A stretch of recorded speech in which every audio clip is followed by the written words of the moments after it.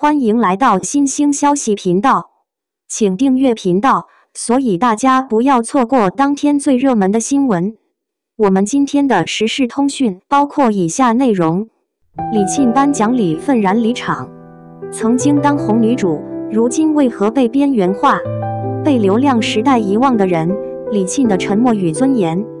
李沁站起身的那一刻，整个会场像被按下了静音键。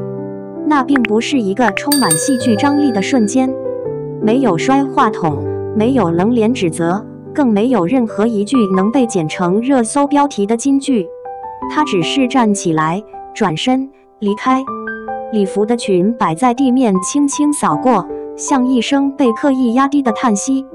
后来有人说那是对娱乐圈不公的无声抗议，也有人解读成情绪失控后的失态。但如果你真正了解李沁，你大概会明白，那不是愤怒的爆发，而是疲惫的终点。他已经太累了。一场公正的颁奖礼和一个并不公正的时代。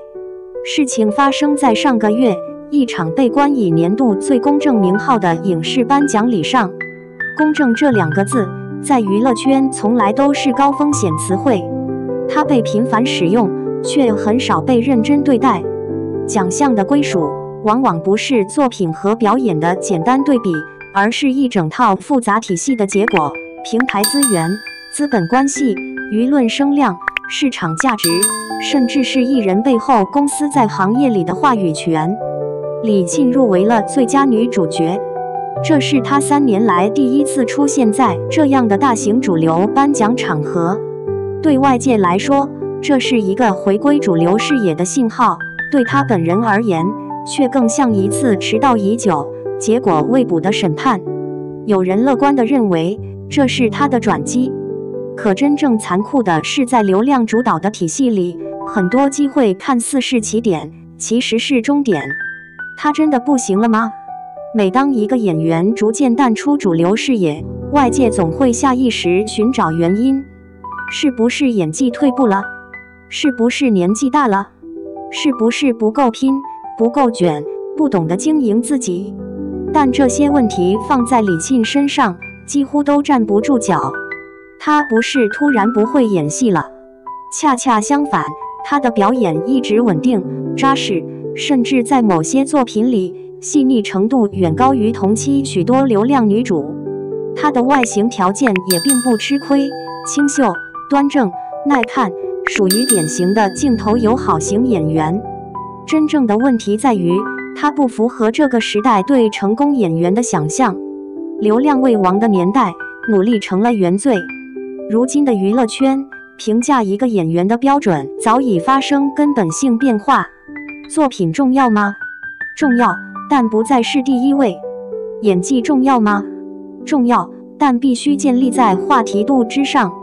真正决定资源走向的是你能不能带来讨论。讨论不一定来自作品，可以来自综艺、热搜、恋情、争议，甚至是一段被反复转发的偷拍视频。而李沁恰恰缺失这一切。她不热衷社交平台营业，不擅长制造话题，也很少主动参与那些能够快速提升曝光度的娱乐事件。她更习惯于拍戏、杀青、消失，在出现时只带着下一个角色。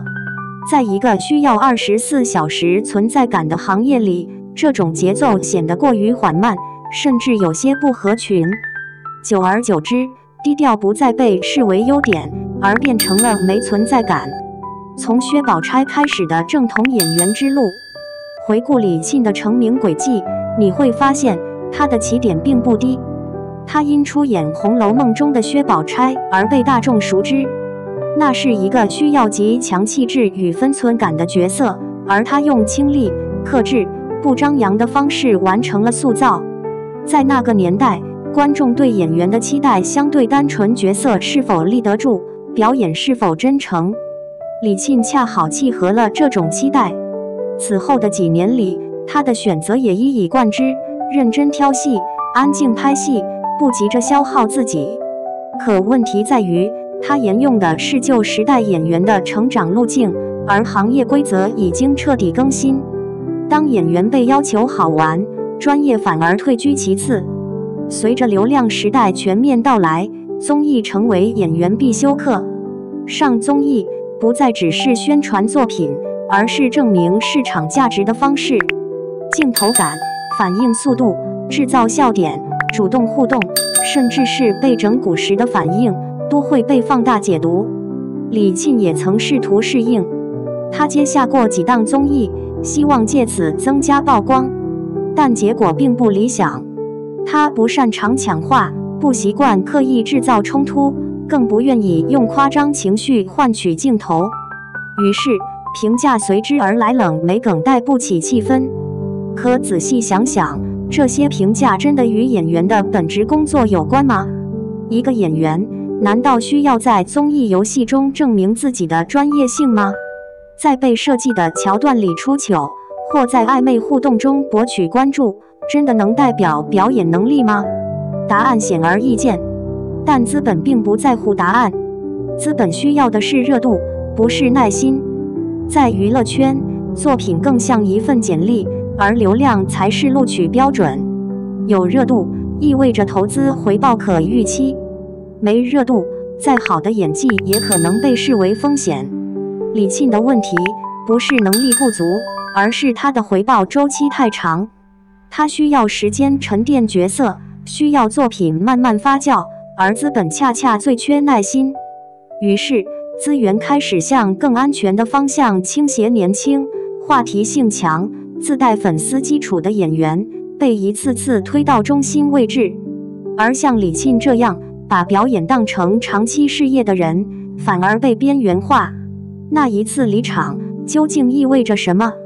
所以当他在颁奖礼上站起身离开的那一刻，与其说是失态，不如说是清醒。他没有闹，没有争，只是拒绝继续坐在那里，配合一场早已写好结局的仪式。有人觉得这是败笔，认为他应该更圆滑一些，为未来留余地。但尊严本就不是为未来准备的，它是当下的选择。那一刻的李沁不再是被动等待评判的演员，而是一个为自己画下底线的人。他真的没有未来了吗？答案或许恰恰相反。娱乐圈看似残酷，却也充满轮回。今天站在顶端的人未必能一直被记住，而那些被忽略的演员，往往会在某个合适的时刻，凭一部真正贴合自己的作品重新被看见。真正的好演员可能会迟到，但很少缺席。李沁需要的或许不是更多曝光，而是一次真正匹配他气质与能力的角色。当市场再次厌倦喧嚣，开始寻找真实时，他这样的人反而会变得稀缺。被时间记住的人从不靠热搜。也许现在的他真的像你写的那样，在家里喝茶看书，偶尔看到铺天盖地的评论，轻轻一笑。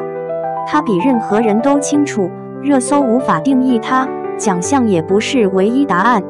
而我们或许也该重新思考一个问题：这个时代的娱乐圈真的需要那么多随时可被替代的热度吗？